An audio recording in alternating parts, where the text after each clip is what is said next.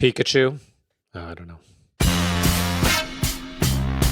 Welcome to the Mockingcast, the podcast of Mockingbird Ministries. I'm David Zoll, your host, and in just a few moments, I'll be joined by my co-hosts, Sarah Condon and RJ Heyman. We come to you every week to explore a few of the places where we currently see grace, and its absence, playing out in unexpected and compelling ways. We are glad to have you with us. Praise the Lord. Praise the Lord. God. Well, you might as well face it. I'm addicted to spuds. I've churned butter once or twice living in an Amish paradise. Like a surgeon. I think I'm a clone now. What am I listing, everyone? RJ? Well, I know what you're listing. Weird Al, baby. Weird Al. Today, Yeah. but after we check in... Of course, your favorite is Eat It. Let's just say it. Eat It, just eat yeah. it. Yeah. What about Fat, the bad parody? Very nice. We're going to talk at length about Weird Al today because you've heard from some folks saying that, maybe not every episode should be completely Corona-focused, and I take that to be a challenge that you might be sorry what you wished for, but before... So we're going Weird Al. We're going Weird Al Yankovic. But the two of you, we're in Weird Al's universe. It feels like right now, not in always a good way. It's not UHF. How's it going? Before we jump in, I mean, I really do. I was saying this to you guys before we got on. I really do feel like everyone is falling apart more now. Like I definitely feel that way. Like the first couple weeks, we kind of like looked on the bright side and family time and all this stuff, and moments of that are still there, but it's definitely settling in more, I think, with our kids. It's settling in more with my college students. I don't know. I feel like we're all there's taking a lot of grace, a lot of patience, and a lot of just remembering that, like, on a scale of 1 to 10, we're all functioning at like a mental health 5 right now. That's just kind of where I'm finding my peace. You know what I mean? Oh, happy Easter too. He has risen. Hallelujah. Oh yes, it was definitely one of the strangest Easters on record. Yes. RJ, how was your Easter? It was good, actually. I'm doing well.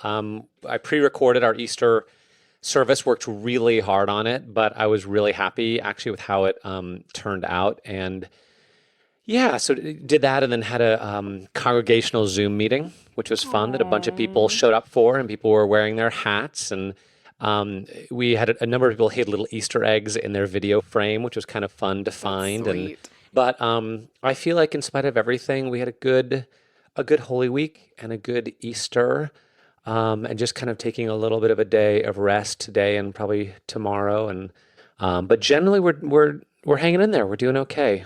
Yeah. We just come to the end of our kids' spring break. Oh my gosh. Feels Spring like break a particular 2020. cold comfort right now. I mean, all the administrators at the school through their online Zoom stuff, and they're being they're champions. They're incredible Sure, right now, yeah. and their hands are tied in a lot of different ways, but they're really doing a lot with what they can. But you say, I hope you had a great spring break. And you'd be like, what are you talking about? They've been out of school for a month. God, I mean, how was your spring break? What did you do that was so different? Spring did you try full fat schmake. whole milk, or like what? How did you mix it up? Yeah, exactly. I mean, someone was asking us how it's going in our house, and it's getting ripe. That's all I can say. It feels like you hit the wall every day. You kind of have this Groundhog Day existence where oh my gosh, another day. Even Easter. Time for a harvest. What's going on? I don't know about you guys, but it feels like there's no such thing as a day off. Oh, because just 1,000,000%. every single day because if you're home, you can't go anywhere. Like what I like to do on a day off, if I can, if I've got the kids around, I'll take Marshall to the zoo. We'll go to the playground. We'll go to the dinosaur museum. And now it's just like how many times can we scooter around our block? Like I just don't even know. How many times can I play basketball and kick, or kick the soccer ball or something? It's like, well, I might as well work. I might as well just be Yeah. working on something. So it's weird. Yeah, but then it's hard to have a day on. It's just surreal, and I mean, I feel like at moments you caught me on a moment today where I'm feeling slightly more at peace. And yesterday was Easter. You know, when I always find sometimes with Easter and the almost spiritual injunction to be joyful in my own heart kind of produces its opposite. Even though it was beautiful outside, and I just start to feel a little bit despondent by about 4 o'clock or even 2 o'clock. But today, one of the things that's made today such a good day is reading this ridiculously long profile on Weird Al Yankovic. Now, Yes. those of you who grew up in the 80s, 90s, or in fact, he is one of a very few artists who've had a top 10 hit in 4 decades. Sam Anderson, the writer of Boomtown, wrote an incredible profile of Weird Al and his enduring appeal, which, when you think about it, is almost weirder than his persona. And, you know, most of us, at least I remember him from, he's the guy who did all of the really silly, almost always food-related, but not always food-related, spoofs of popular songs. And he became a cultural force. Now, Sam Anderson jumps into this thing by talking about going to a Weird Al concert. He said the crowd, thinking that for a parody artist, no one would come to a concert at a large stadium. This is what he says. He said the crowd was rolling through tantric nerdgasms, sustained explosions of belonging and joy. It felt it felt religious. Near the end of the show, during the chorus of Amish Paradise, as the entire stadium started swinging its arms in rhythm, I unexpectedly found myself near tears. Weird Al was dressed in a ridiculous black suit with a top hat and a long fake beard, and he was rapping about churning butter and raising barns, and everyone was singing along. I could feel deep pools of solitary childhood emotion, loneliness, affection, vulnerability, joy, beginning to stir inside me, beginning to trickle out and flow into this huge common reservoir. Weird Al had pulled off a strange emotional trick. He had brought the isolated energy of all our tiny rooms into this one big public space. When he left the stage, we stomped for more, and he came back out and played Yoda, his classic revision of the Kinks' Lola, and then he left again, and I decided that this was the single best performance of any kind I had ever seen in my life. Weird Al Yankovic was a full-on rock star, a legitimate performance monster. And he was more than just funny. Even as a child, I understood on some intuitive level that Weird Al was not only the Shakespeare of terrible food puns or an icon of anti-style, but a spiritual technician doing important work down in the engine room of the American soul. What Weird Al parody did was enact a tiny revolution. It took the whole glamorous architecture of American mainstream cool, Michael Jackson's otherworldly dance moves, Madonna's sexual taboos, and extracted all of the coolness. Into that void, Weird Al inserted the least cool person in the world, himself, and by proxy, all the rest of us weirdos, along with our uncool lives. Andy Samberg, the actor and member of the comedy group Lonely Island, told me that he grew up having Weird Al dance parties with his family. Each new generation of younger kids is like, wait, this can exist? Samberg said. Lin-Manuel Miranda, who's a Weird Al obsessive, credits Yankovic as an influence on Hamilton. He once lip-synced all of Taco Grande, a Mexican food-themed parody of the 1990 hit Rico Suave, in front of his 6th grade class. Michael Schur, the guy behind The Good Place and Parks and Rec, he's quoted as saying, it's a truly American thing to be like, get over yourself. Everybody get over yourselves. Madonna, get over yourself. Kurt Cobain, get over yourself. Eminem, get over yourself. No one gets to be that important in America. And he keeps going. Among the big personalities of the Los Angeles comedy world, his quiet decency is legendary. He is so incredibly nice, Samberg, among many others, told me. He is the nicest person you will ever meet, exactly what you're dreaming he'll be like. No one has ever heard Weird Al raise his voice in anger. He doesn't swear. When a script comes to him with a bad word in it, he politely asks for revisions. We'll stop there. I want to go into it. What I discovered reading this midway through is that with the way that Sam Anderson is talking about Weird Al is the way that we have been talking about Dolly Parton on this podcast. Yes. Oh, yeah. And he's a minister. And Conduit of grace. he's a conduit of grace. And if you can get to the link that we'll put in the show notes, I promise, they did a call for all these fans of Weird Al to come for a photo shoot, and like 400 fans showed up dressed as Weird Al. These are young people, old people, men, women, folks from India, folks from Mexico, little kids, babies, married couples. It is the most incredible photo you've ever seen, and but he is a conduit of when we talk about when Christians talk about outsiders and sort of love for those on the margins. Sometimes that's just a lip service thing. Weird Al is actually on the margins, and not the cool nerds, not the nerds like the sort of the models who say, "Oh, I'm such a nerd," but the actual awkward, pimply, cannot talk to people of the opposite sex, genuine nerds. Bedwetters. And in fact, he goes on to describe how Weird Al, Sam Anderson talks about how he was a bedwetter as a kid. And Weird Al, it originally was an insult. He was called Weird Al at college. And he ended up owning it in this beautiful way. I'm going to get to the end when I talk about his tour. But before then, what do you think, RJ? What's going through your mind? A lot of things.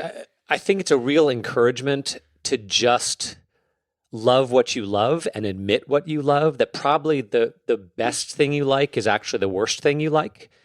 I think about my unadulterated love for Tangled and other kind of Disney princess movies and the sort of things that I don't really want to admit necessarily, the kind of things that actually do make me cry. And that sort of, we use this word abreaction quite a bit, that what is it about those things that feed us, that nourish us, even though they shouldn't, or we'd be sort of embarrassed to share that with somebody else. And so, I've never been a huge Weird Al fan, although I do love UHF. Like, I own UHF, and I've watched it many times. That movie is, I think, really funny and pretty incredible. It's got Kramer in it.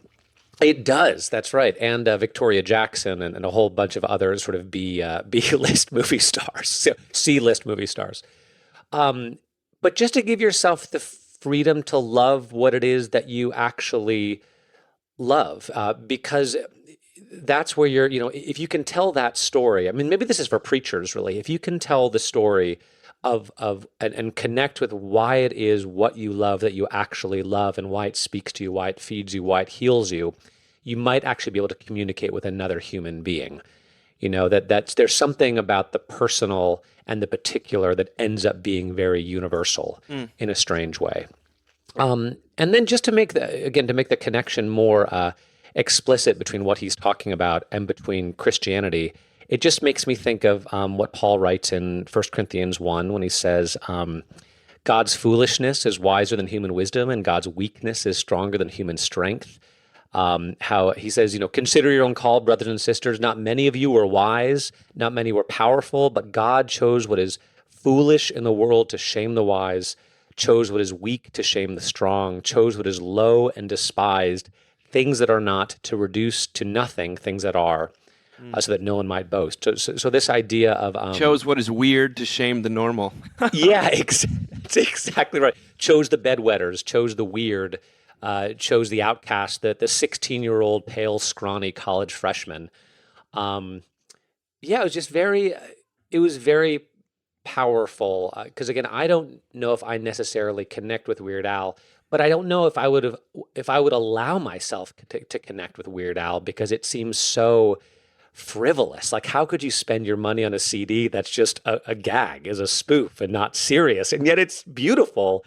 The idea of these people who find tremendous hope and belonging at Weird Al Yankovic concerts makes me want to go. It makes me want to go to one and experience it for myself, Sarah, what comes to your mind? I mean, I was definitely raised in a household with a lot of Weird Al. So I'm. Of course I you mean, were. You say that like Of course you weary. were. I just he's in this category. I was just sitting here thinking of all the things that I was exposed to as a kid that were weird, like Weird Al, MST3K, Mystery Science Theater, Kids in the Hall, PG Wodehouse was what my dad read to me every night. Really? Yeah. Wow. Another layer. And Another layer to the onion. Another layer to the onion. and I think about like how weird we were as a family.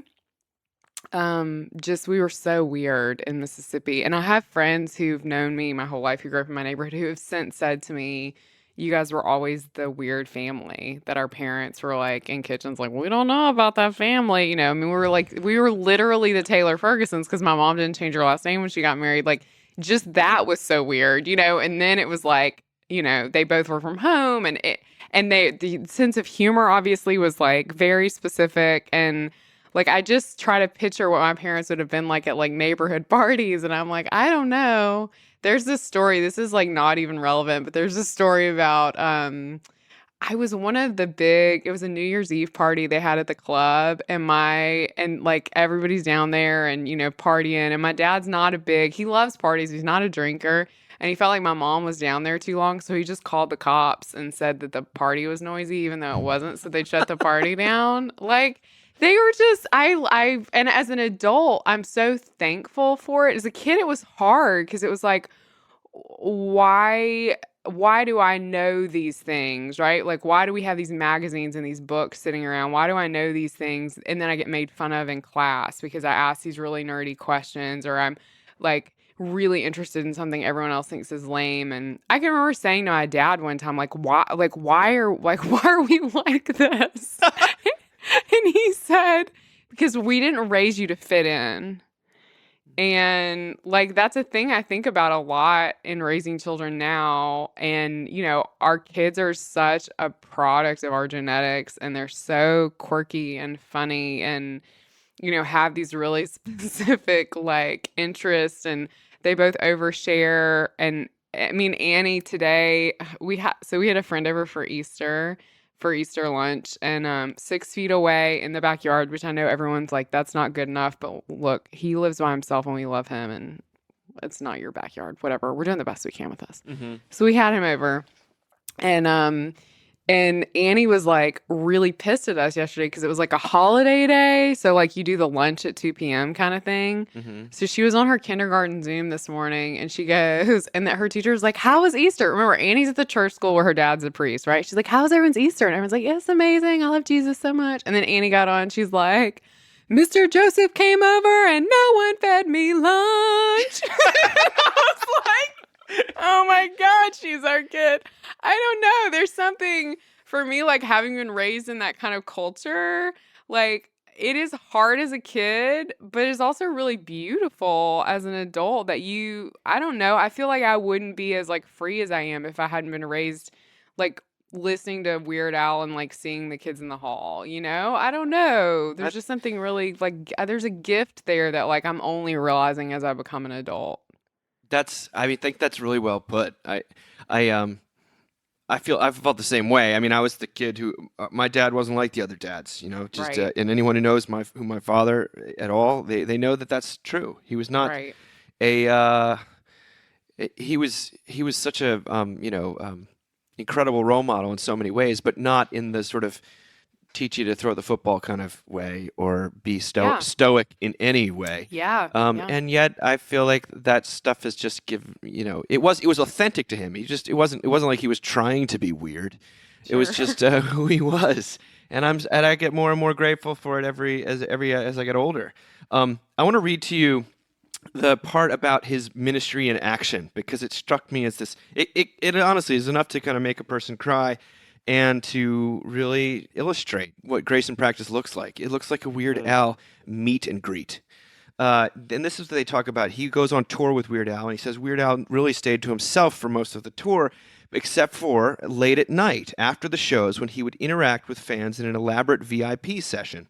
Photos, autographs, chats. Yankovic would do basically anything fans wanted. He would mug for the camera or flex like a bodybuilder or sign people's arms. He signed posters, cassette tapes, action figures, accordions, spatulas, glow-in-the-dark snorkels. Spatula City, Spatula City. I saw him sign a package of bologna and an exact replica of a Star Wars stormtrooper helmet. These were not autograph hounds, but true devotees, exactly the kinds of people Yankovic placed at the center of his songs. Nerds, misfits, weirdos. They were less interested in a photo op than in a sort of spiritual transfer. Most of all, the fans thanked Weird Al. They thanked him for his music, for not dying of heat stroke on stage, for helping them survive cancer, for helping them survive their mother's cancer.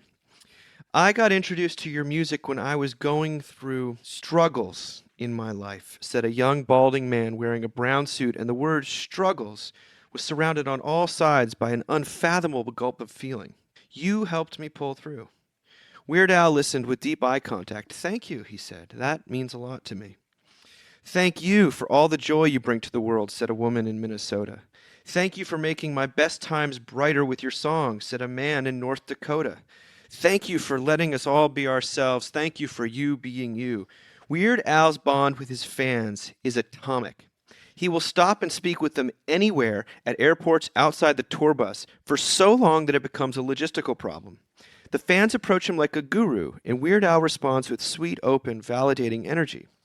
Joel Miller, the friend who defended Yankovic from college bullies, said the relationship between Weird Al and his hardcore fans is deeply personal. He's giving them validation, he told me. They feel a kindred spirit.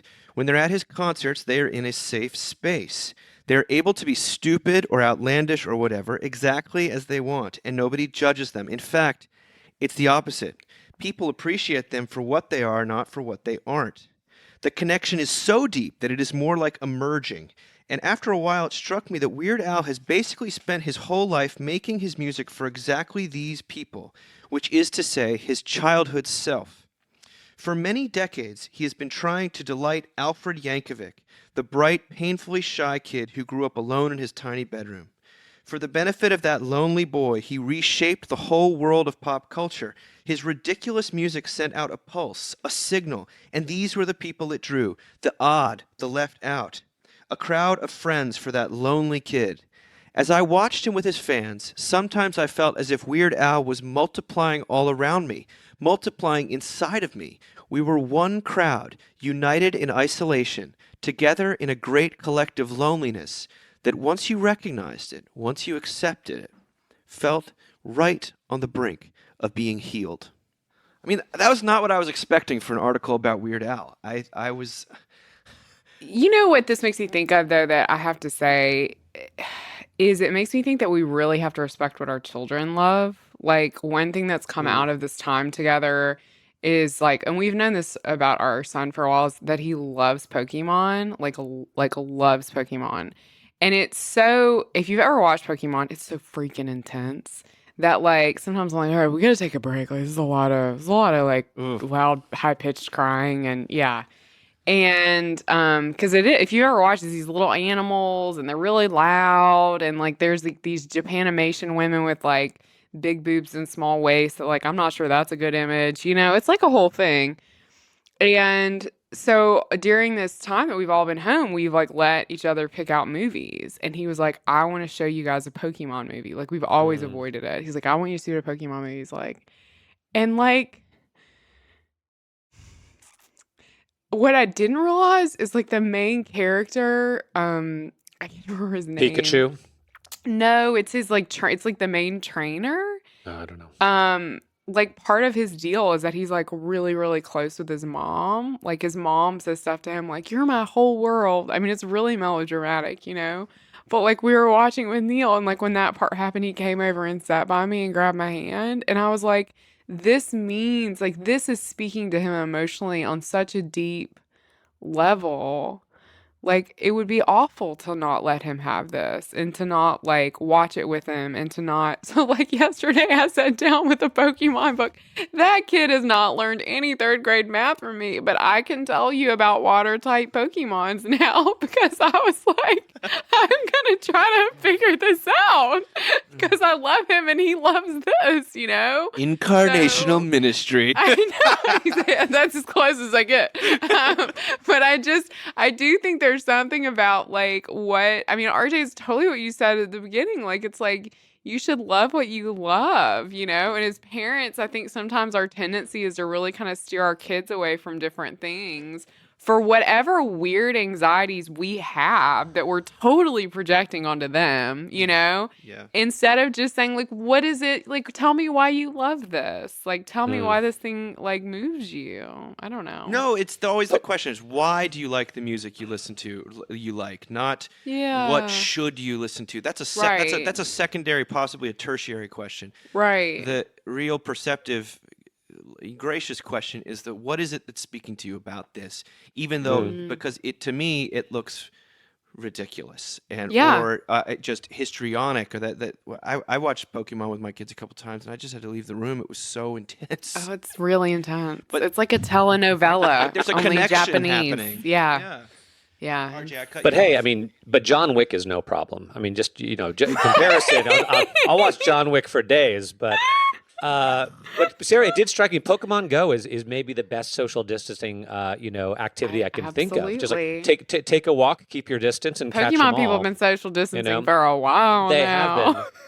Well, I gotta say, I love. I'm thinking about it. Of course, I think about what he said for myself, and thinking about Weird Al Yankovic as a model to preachers.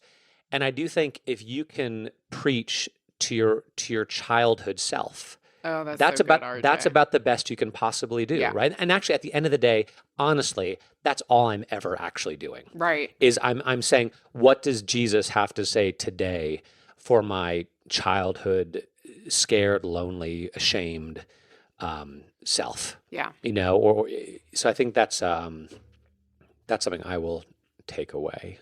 Anyway. Yeah, well, no, what a relief it is to find another one of these cultural icons who doesn't really disappoint. We have Dolly Parton in that. We have probably Fred Rogers is in that. And not to say these people aren't human, but The Holy Trinity. I know, I'm here for that. Al Yankovic, Dolly, Fred, and Al. I think not who anyone would have maybe thought when you're growing up, but these are the and I think about really intense fan communities because I'm a part of a couple of them, and they're not all created equal because some of them, and especially in the age of the internet, like fandom has become like affinity groups, like these intense internet communities of fans. Purity spirals? They become purity spirals a lot of times. It starts to be a place where ceases to be a place where you finally belong and becomes a place where you better belong. Have to prove yourself Have to even more prove than you yourself. did before. And Weird Al, just by being starting at the point of such oddball, his love of accordions and polka music. I mean, that's how they talk about his sort of the road to Damascus moment in Weird Al life is like when he performed with his accordion and did like Cal Poly. Oh my God. 10 it's minutes. just so great. a 10-minute accordion medley of like greatest every song ever written, and the place just went electric. And I thought to myself, that's a beautiful talk about left-handed power. And Yeah. Amazing. and I also know, by the way, I mean, I could insert this in here. I think it's somewhat public knowledge, but Weird Al is a Christian. And Oh, I didn't Is know he? that. yeah. I didn't know that. Well, Are you really? I'm positive. I say Oh this my because gosh, they are the Holy Trinity. I was kidding, but now Yeah. it's true. no, I say this gosh. because and silliness. I think it's different than absurdity. Silliness itself is such a virtue, and I find it Such a to be a virtue. spiritual virtue, and maybe not the It not the one. is. It was saving us right now. Yeah, it may not be the one that's easiest to, as we've seen, it's kind of tough to talk about, but it's important to talk Foolishness. about. Foolishness. Yes. Silliness. It's the same thing. Well, when I wrote this book about music called A Mess of Help, which I loved, which was very much an yeah. outpouring of my own adolescent and obsessions with music and connections, sort of, stuff. And it's really a spiritual testimony of a book. But someone came to one of those book signings who said, are you a fan of Weird Al Yankovic? And I said, well, I mean, isn't everybody? But I don't, nothing beyond the big hits. And I think I had last checked in around "A White and Nerdy" was his song, or "Amish Paradise" was such the kind of last gasp for a lot of us. But she basically wanted to say she was a super fan and would follow Weird Al around the country, and she wrote me an email a couple weeks later saying that she'd given Weird Al a copy of my book. Whoa. And I mean, who knows if you ever read it, but she said, please pray for Al. He's on the road. He's away from his church. And I know that he's with a lot of people that really, to whom he means a lot. Gosh. And he means a lot to me. And somehow this strange fellowship, this constellation of saints had included Weird Al, and I thought to myself, if this is the only reason I wrote this book about That's rock and amazing. roll, well then that I know that Weird Al has touched a copy of it, um, and Wow. has spoken to, because when this woman talked to me about him, and she was maybe middle aged, maybe sort of later middle aged, and she almost got tears in her eyes talking about him. Again, Sarah, it's the way that you talk about Dolly Parton. Mm. And I thought to myself, there's something more going on with Weird Al than I ever realized. And so to hear it put in this way, and to know that he's wholesome and silly, but deeply connected to people on the level of their mother's cancer or Hmm. whatever it is, and he doesn't sort of shy away from that. I don't know. All of it existing at once is a gift was a gift to me this week in the midst of feeling isolated and feeling like you're in a room listening to maybe your kids, but also your own little fixations. And here's Weird Al bringing us all together. So maybe the Holy Spirit was working through Weird Al this week, and I feel like I want to watch So good. UHF again. Remember, he gets to drink from the fire hose. We don't need no stinking badgers. I'm obsessed with how long we've been talking about Weird Al. Like, I like that people are like, hey, you can talk about something other than Corona. And we're like, cool. So every other episode, we're just going to talk about Weird This Al. is the Dave Zoll Memorial episode, but I'm totally here for it. I'm I'm sorry. loving it. I felt like no, it no, was I a love risk. it, Dave. It's perfect. I Okay, love well, the article. moving on, we're going to talk about Yeah. something that Amanda McMillan, who's been contributing to the blog quite a bit recently, and she's a minister here at Christ Church. She's on our staff. She did a devotional for our the Grace in the Time of Corona series we've been doing on Instagram and Facebook that everyone should check out. She wrote a blog post about how I need grace during Corona, but I'm also going to need it afterward. She says, lately I've been doing a lot more phone scrolling than I'd care to admit. And a theme I've been seeing a lot of, among other less savory, anxiety-producing ones, is grace. It has surprised me and encouraged me. Some of this pep talk going around the internet looks like this. You aren't working from home. You're trying to hold down a job at home in the midst of a global pandemic and also homeschooling. There is a difference. You don't have to make this the most productive time of your life. You are doing the best you can. These are the refrains of grace she's seeing on the internet in sort of first secular sort of voices. No one cares if you read those classic novels or not, or if you read anything at all. Watch a show about Yes, a Sarah. man and his unhealthy obsession with tigers instead. Yes. Screw sourdough and homemade kombucha and homemade pasta, anything homemade really. Don't cook, order takeout, be someone's hero. And the bar for your dressing yourself can be very low. Wear pajamas all day long, every day. Maybe change your shirt for a Zoom call, but that's it. Then Amanda writes, the skeptic in me, though, has one question to this gracious internet refrain. Am I also allowed to not read the classics and never make kombucha when this pandemic is gone? Or is this a corona-only grace we're talking about? Because I'm going to not want to do anything productive afterward, too. This is my wonderful, virtuous nature, after all. Pre, during, and post-pandemic, I will always be most gloriously me. And I have a sinking feeling it'll be full steam ahead New Year's resolutions for our world as soon as it's an appropriate time to bring it up. So we are receiving a gracious word and maybe giving ourselves a break because our world is a mess. But of course, our world was a mess before December 2019 when the virus was born, and it will be a mess long after. There have always been the exhausted, lonely, terribly anxious, and dying. We need a gracious word to do more than just change our to-do list for the day from a productive and glamorous 8 hours to Tiger King every night and greasy hair, although that is very nice too. Thank you. That struck a pastoral chord with me. We have celebrated on this podcast these sort of gracious words saying, you don't have to make this productive. You are not a teacher. Just get through the day. And I think we've all been encouraged by that. But then, as Amanda says, does it come to an end when if this ever comes to an end? Then we just need to get back out there, or are we seeing a glimpse of something deeper and more true or more important? I don't know. What do you think of that? I mean, Dave, one thing you said, I think in the first episode we recorded after all this has happened was like that everyone's doing it wrong, which is something I think about a lot and like take a lot of comfort in when I'm like, is this going well? Are we doing this the right way? Um, I do think it's interesting. I love that she wrote about this. I do think it's really interesting that people are talking about like so it's so hard to say this without sounding condescending, but especially people who have all been like, "You need to get out there and do more," are the people who are like, "Let's all forgive each other and be gracious."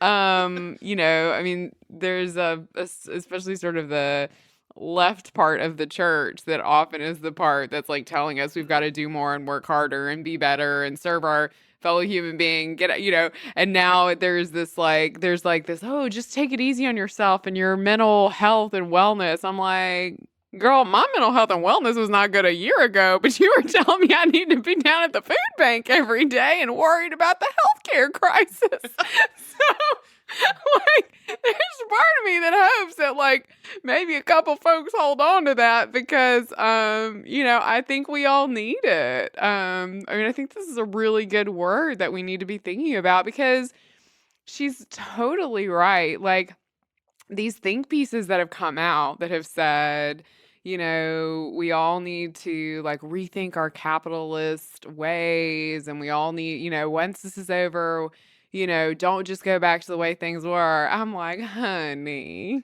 honey, honey, honey. People are going to be running at breakneck speed to get back to the way things were. Like, when people write stuff like that, I just think, you are so out of touch with people's low anthropology. It kills me.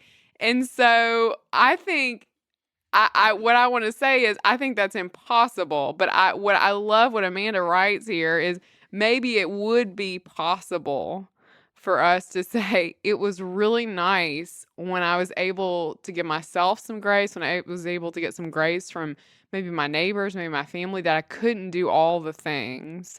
And it would be nice to hold on to some of that. I mean, I don't want to like turn down a bunch of speaking engagements on this podcast, but I got to say, we were going to do sabbatical and I needed all the Benjamins. And so I would signed up to do all these speaking engagements in May and they've all been canceled. And I'm so glad. And part of me is like, maybe I should have said no to those things to begin with. So it's, I do think I think there's so much individually, and that's why I love what she's writing about, that we can think about for ourselves, and for those that we love. But I mean, girl, we all gonna be at the Target as soon as this is over. You know that. I'm buying shit. I'm gonna have throw pillows, new lamps. I ordered a cover for my chair the other day. I mean, like, we're gonna be back at it as soon as we can be, so. No longer spray painting things, I see. Well, I mean, that's just because I'm too scared to go to the hardware store to buy spray paint. But I'm thinking if I can get chalk paint in, I'm doing my dining room table. RJ. Well, yeah, I mean, she's right. It strikes me that it's not about external voices. It's about internal voices, right? That the three of us all have the blessing and the curse to some degree. We're pretty much all kind of our own bosses, But as someone once said, like, yeah, I'm my own boss, but I've got a really hard boss. Yeah. Like I've got a boss that doesn't really let me off the hook much, and so I haven't really had the time to read a lot of think pieces or to. I'm not quite as engaged on social media as you are, Sarah, but I will say I'm not hearing that externally. I'm just more hearing it internally, Sure. right? The need to keep on going, to do my best, to serve my people, to to try to sort of get through and sort of lead my congregation through this difficult time and doing the best that I can. And then also, when you run out of steam or you find yourself at a low ebb, you're like, oh wait, it's not all up to me. Like there is a God in heaven. The kingdom does move forward. This is not a surprise to him. Like he's got things under control even when I don't. Yeah, it's all from inside. It's not from outside. I shouldn't say RJ, all. I'd say 80%. 80 to 90% inside.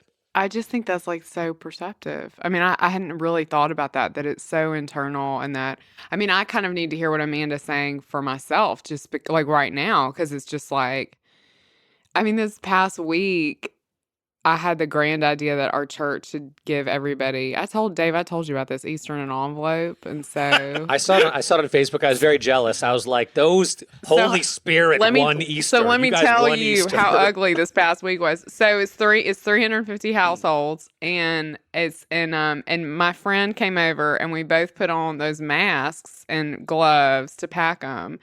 And it was so hot that we'd stripped down to not our underwear, but almost standing in my kitchen doing this together. And all I could think about was those gangster movies where women are packing cocaine in their bra and panties. It was like New And Jack I was City, pretty much. like, Pretty much Happy New Jack Easter, City. Holy Yeah, Spirit. yeah. Like, it's just like, I mean, I need to hear this because RJ, that thing about kind of you're your own boss, but it's a tough boss is like, whew, it's a good word. Yeah.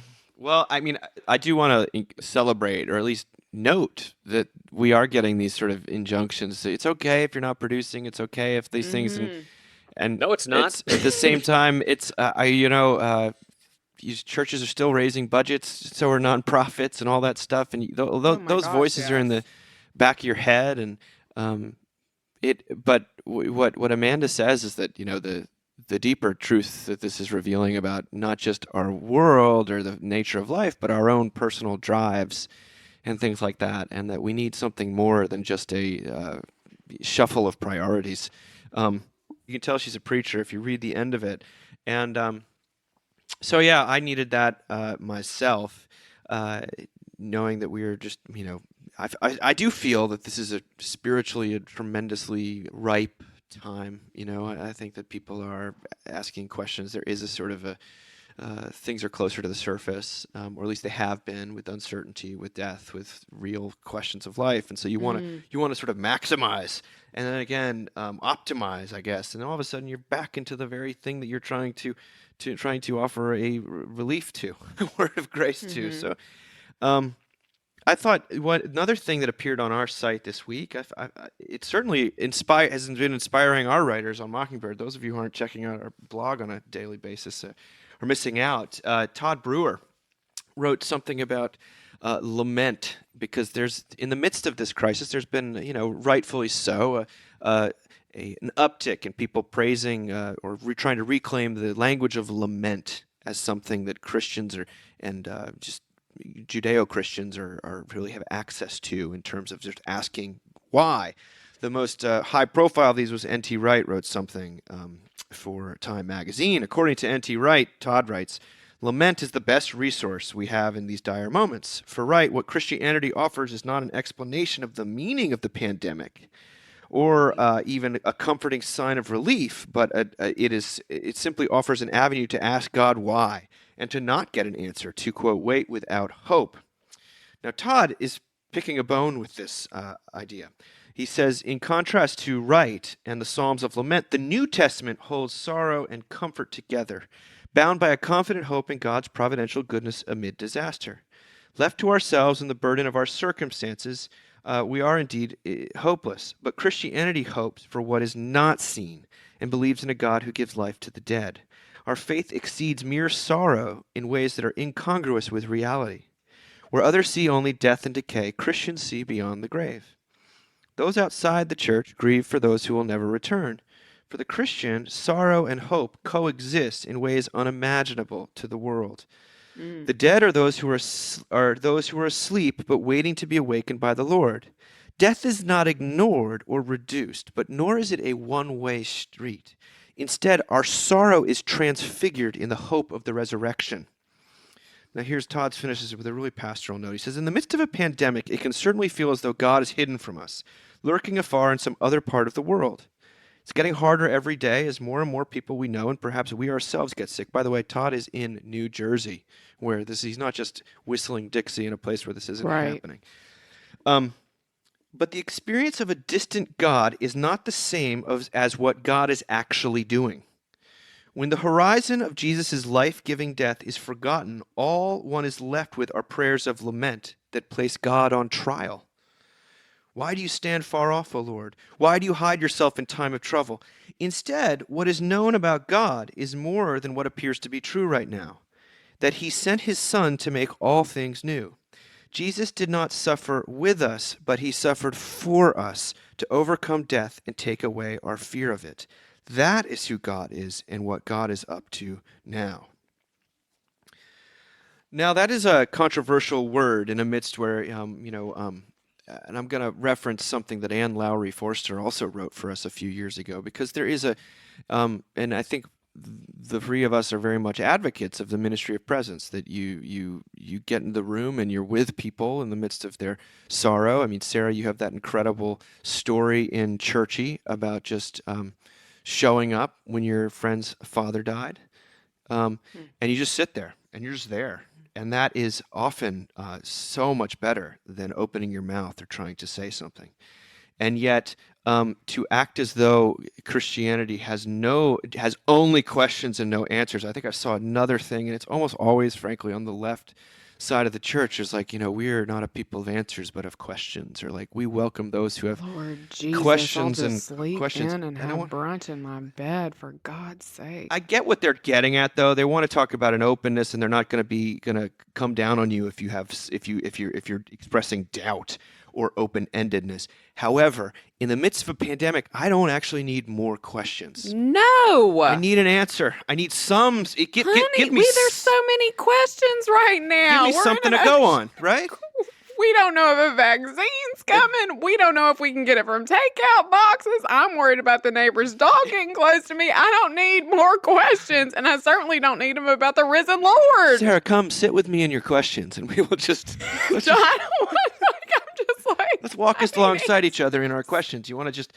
Sometimes I need a mask with a filter, and I need answers. Sometimes I understand we might need some space to openly express things, but sometimes, I do not need more questions. No. And we laugh, but that's where I'm at, and I want to hear more though from you guys. Well, but the other thing about and I love Todd's take on this. The thing that's so. People always bring up sort of the Psalms and lament, and they're always like, "Oh, this is the place." You can basically bring your questions and not get answers or whatever.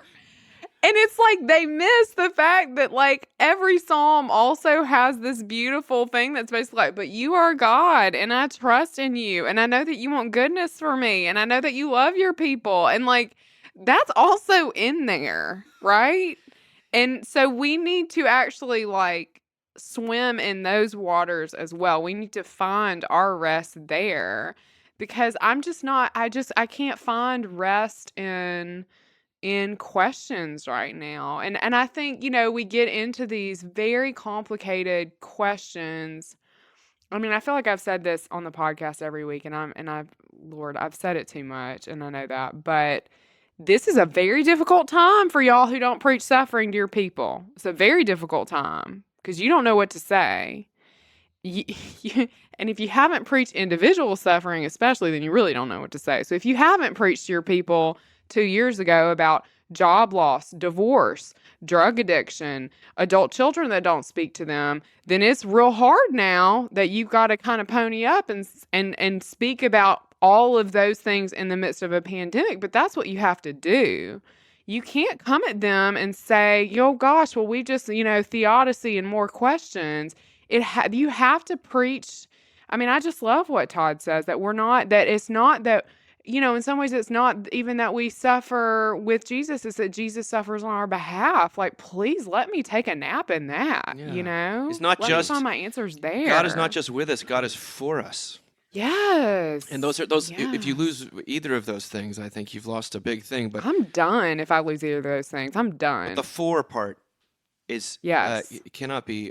People get so scared of saying it because they don't want to. They don't want God to prove them wrong in some way, or they want to let God off the hook, and they just say, "Well, God is here in your silence." And we just abide. And people don't want to deal with their sin, Dave. I mean, that's the thing. Is like if you have to say that. If we should say that God is for us, if we have to say that God is suffering on our behalf, then we have to say that we're sinful. And if we've never dealt with that before with the congregation, if we've never talked about sin in that way, then we've never talked about suffering. And here we are having to talk about suffering with no theological context in which to take it on in our congregations.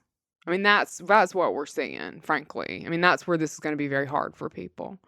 So, Well, I don't when know. people are talking to Weird Al, they're not saying thank you for being the soundtrack of this terrible thing in my life. They're saying thank you for making that time in my life better. Yeah. Thank you for rescuing me, is what they're saying, Yes, giving me permission to eat lots of pizza. Yeah. Sorry, Yeah. RJ. Dave needs a good word. Dave needs a good word about pizza. I don't mean to. Eat I it. shouldn't have deflated. Just eat it. That's what I hear that though in there. What they're not just saying thank you for being with me. They're saying thank you for also being for me and giving me actual voice. RJ, what do you think? It's interesting. I've been on a bit of an emotional roller coaster with this issue of like lament and joy in the last week and a half or so, because I'm not a natural lamenter.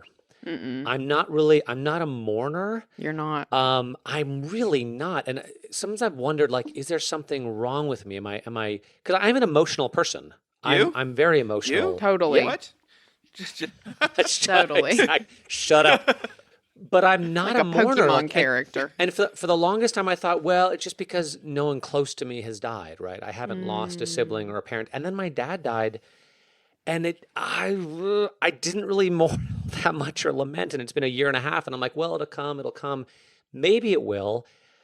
I don't know. And so I think I was feeling a little conflicted and guilty. And Nathan Hart's email was helpful. And I know, Sarah, like, I know you've been struggling through this Oh, yeah. whole time, and I haven't really been.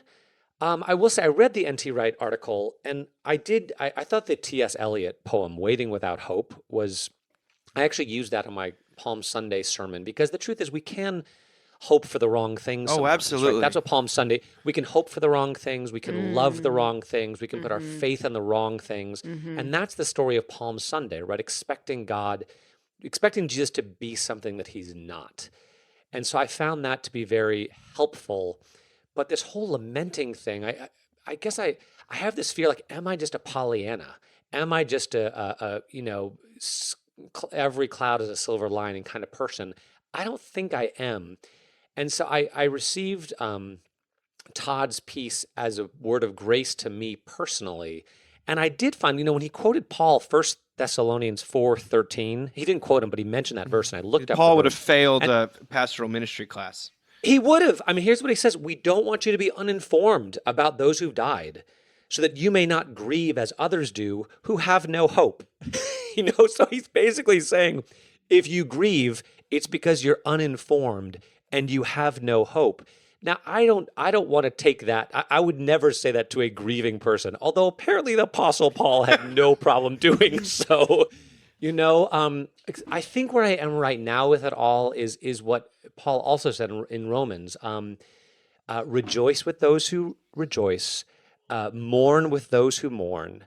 As much as it is up to you, live at peace with all, and just let people feel the way they feel, and to give myself that same grace. To be like, hey, if you're not much of a lamenter, if you're not much of a mourner, that's okay. Don't expect other people to be like you, but also don't beat yourself up for not being more downtrodden than you are. And that's not to say I don't talk about sin and suffering a lot, because I do. And I'm not coming back at you, Sarah, at all. No, I know. I do talk about sin and suffering because sin is real in my life, and I have suffered. I'm processing all of this and wondering where I am in all of this. And anyway, like I said, it's been a bit of an emotional roller coaster, but Todd's piece was helpful. Well, and made me think. I also think RJ, like, you've taken this wonderful new job at this incredible church. There's a lot of exciting things happening in your life. That's and true. I think that's, you guys are anticipating a move. You got your oldest is going to go to college. You have your youngest is at that incredible age where they're doing something new and funny and different every single day. And there's so much newness and beauty in a child that age. And I think it kind of reminds me a bit of like a marriage, and how it's very rare that we're both really sad and there's always one of us. And I really do think God has people among us like you who are holding maybe all of the sadness that's happening, but also all these really wonderful things that are happening in your life are maybe a little bit louder, and that we need that too. I mean, Maybe. I don't know. I think that there's purpose in not everyone feeling. I hope everyone doesn't feel as crazy and sad as I do right now. Well, I think there's a fear of that you're invalidating someone's pain by saying anything. And your dear friend and our contributor Ann Lowry Forster, she wrote a piece a Mhm. couple years ago. It's called "Say Something," talking about one of her own children who had undergone a very intense surgery. And Yeah. she said that there's a great idea that's been articulated recently in our landscape, the idea of a ministry of presence. You don't have to say anything at all. Ye who are paralyzed by your fear of saying the wrong thing, you can just be. And this is so true. Weeping with those who weep often means exactly that. Keeping your mouth shut and being present can be very much a gift. However, God created through the spoken word. He revealed himself with a whole bunch of words, and at the climax of history, the God man did not die in silent dignity. He cried, "It is finished." The work of Mhm. redemption would have been completed, of course, if Christ had not said a thing, but aren't we so glad that he did? God loves words, and so do his people. Words are of great value, and silence is not always the answer. Then she gave her sort of 5 tips of things you can say to someone who's grieving, which are, I Mhm. am aware, I am willing, I am praying, and you are Mm. precious. And then the fifth the Mm. fifth thing would be, I am still here, I am still aware, still willing, and still praying. I thought that was just Mm. in the midst of this chasm of like, let's just sit in our pain and give each other the grace to express the pain, which is a very true ministry to other people. It's not as though the voice from the heavens doesn't occasionally also shout back, and what it has shouted back in Jesus Christ Himself is um, is Easter Sunday. So. Um, Yes. and I was struck by it in the midst of there was an interview with Kate Bowler in the New York Times of how to live in the face of fear, lessons from a cancer survivor. Bowler, who teaches at Duke, and has become a bit of a social media presence. She was asked in this interview what is revealing about the collective soul of the country or the world right now, and she said, "I think it's painful for everyone to know that there's just not a lot of room between anybody and the very edge. It really does run counter to the whole American story. It's a story about how scrappy individuals will always make it, and it's a story about how Americans' collective self-understanding will always build something that will save the nation. And currently, both things are not true. Everyone else in the world will suffer too. But I don't think they will suffer nearly the same cultural disillusionment because they don't have the same amount of exceptionalism." Well, what do you make of the idea, the interviewer asked, that we should all just stay positive through this? The idea that we're all supposed to be positive at a time like this has become an American obsession. It gives us momentum and purpose to feel like the best is yet to come. But the problem is when it becomes a kind of poison in which it expects that people who are suffering, which is pretty much everyone right now, are somehow always supposed to find the silver lining or not speak realistically about their circumstances. And in that sense, we are advocating for lament. That's me talking. But she goes, the main problem is that staying positive adds shame to suffering by just requiring everyone to be prescriptively joyful. If I see one Mm. more millionaire on Instagram yell that she is choosing joy while selling journals in which stay-at-home moms are supposed to write joy mantras, I'm going to lose my mind. I have no expectation, and then she talks about prayer. I have no expectation that prayer works in a direct way, but I do hope that every person, religious or not, feels the permission to say, I'm at the edge of what I know, and in the face of the sea of abyss, someone out there, please show me love. Because that's, to me, the only thing that fills up the darkness. Now, what she's not saying, I don't think, or what I'm not hearing, is that prayer in a time of pandemic is simply the act of saying, screaming into the void, please love me. Because she's also allowing for the fact that sometimes the void answers back. And to approach, sometimes what I hear behind these endorsements of lament is a failure a lack of faith that God will ever actually respond with anything like grace or comfort or, in fact, Or actual salvation, healing. actual healing, Yeah. God actually present Yeah. in the world. It's almost Yes. like Yes. it feels almost deistic sometimes, that Yeah. understanding of lament, when we believe that, yes, life is pain, human beings inflict terrible things on one another and themselves, Mhm. and yet God also has not just entered into that, but has redeemed it, has suffered it. And I'll read a final article before we're done, but before I do, what do you think about that, Kate? Kate Bowlers. Well, I keep thinking like there's not actually a song that starts off with like I have so many questions. and then that's just the end. That's the joke in my head. But I It's not just a I series of love question marks. it's just like I have, yeah, and then it's just a series of questions.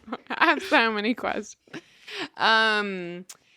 I I just want to keep going because it's like I don't really believe in you, God. What do you think? Question mark. You know what I mean? Like, WTF? That's the whole psalm. I love what she says about American exceptionalism and this idea of we think everything is gonna and she's so right though, and it's totally gonna happen. Everyone's gonna be like, everything is gonna be even better now.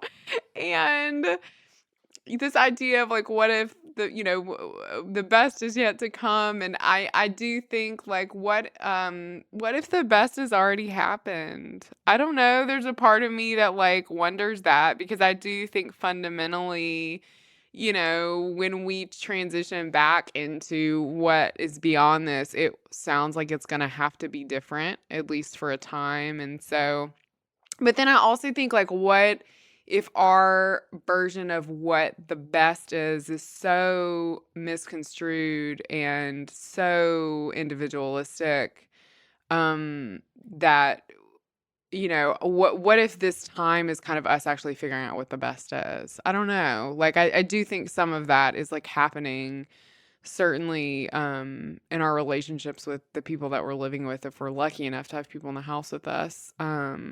It's yeah, I mean it is interesting how this will be optimized. And I'm already kind of wary of that, even now. I mean, Instagram is a difficult place to be at certain moments right now, because there is this like, oh my God, there was a meme that went around that's like, have you prayed about it as much as you've complained about it? Did you guys see that? And I was like, no, actually I could complain a lot more. I don't know. I just was like, oh my God. I'm going for the record.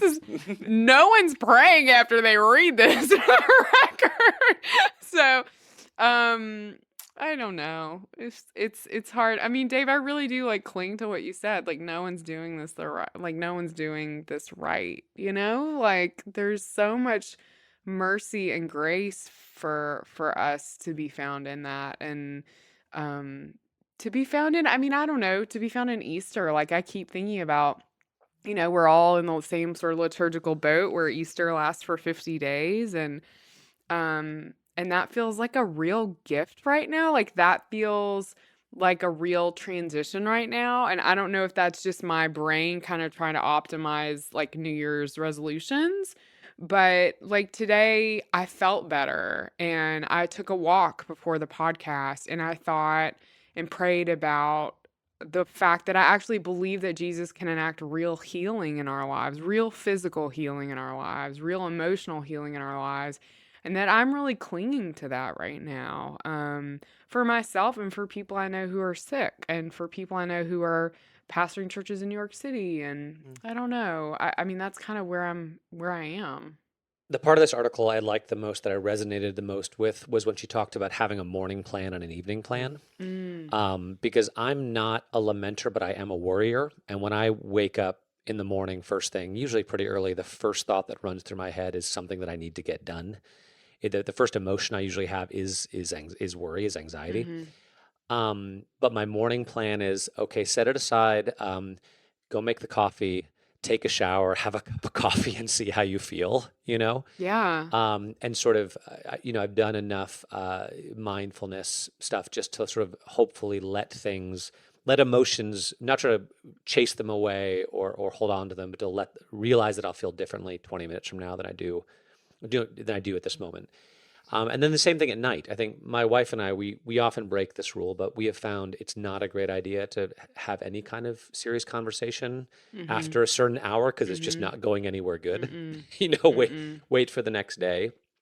So I found that to be helpful and true, just to know yourself well enough to recognize that when you have some of these negative emotions, to be good to yourself, and to find things that will bring you joy and peace, and not just sort of increase the negativity. And then in terms of answered prayer, my thought on that, Dave and Sarah, as you were speaking, is that, I'm saying this to myself, that I never believe that God will show up until he actually does.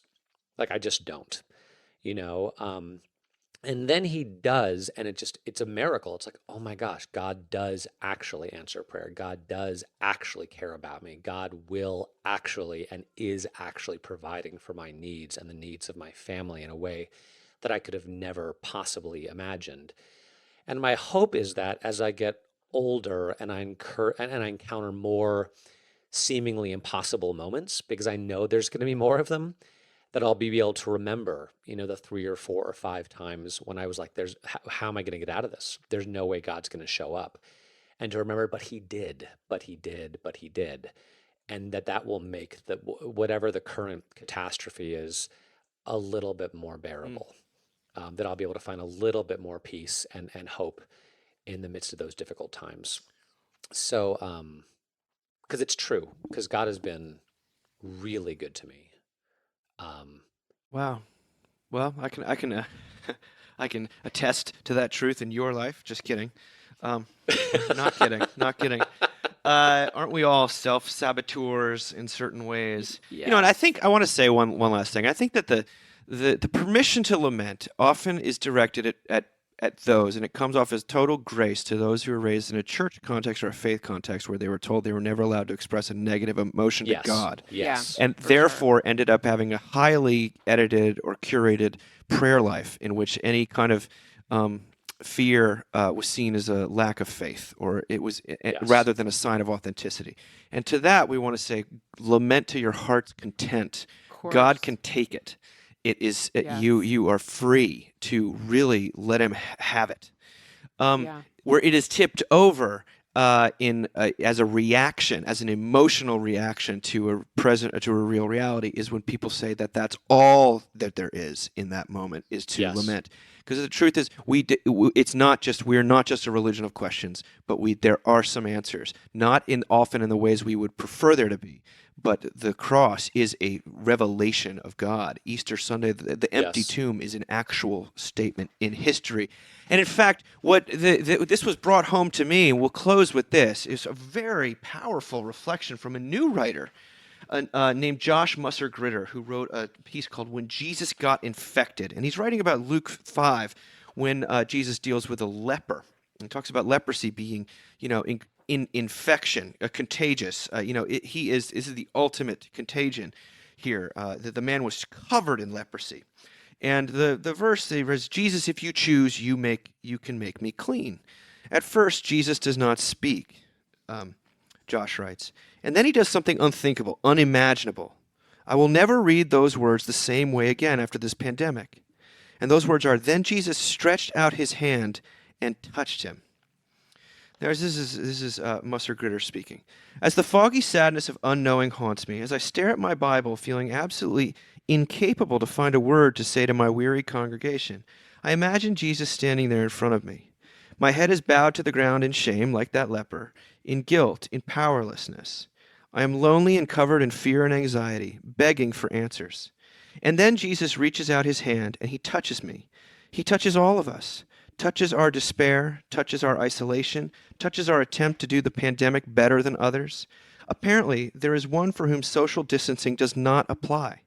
Maybe our prayer for today could simply be, Lord, if you choose, you can make me clean. And the good news is that he does choose. The bad news for Jesus is that touching us will come at an immeasurable cost to God. We have now become familiar enough with the pandemic protocols to know that what will happen to Jesus when he touches all that now infects us. He too will be infected. Jesus will feel it all, become it all. This is not just the story of the healing of a sick man. It is also the story of the spread of a disease to God.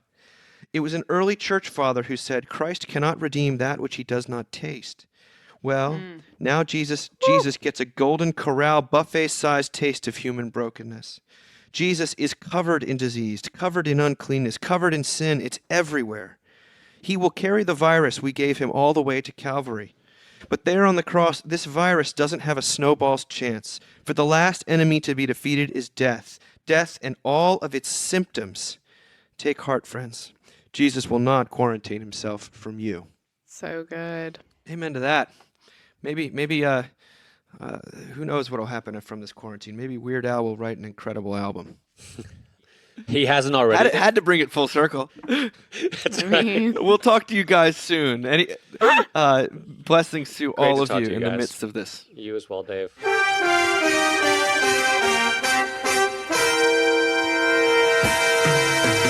Thank you for listening.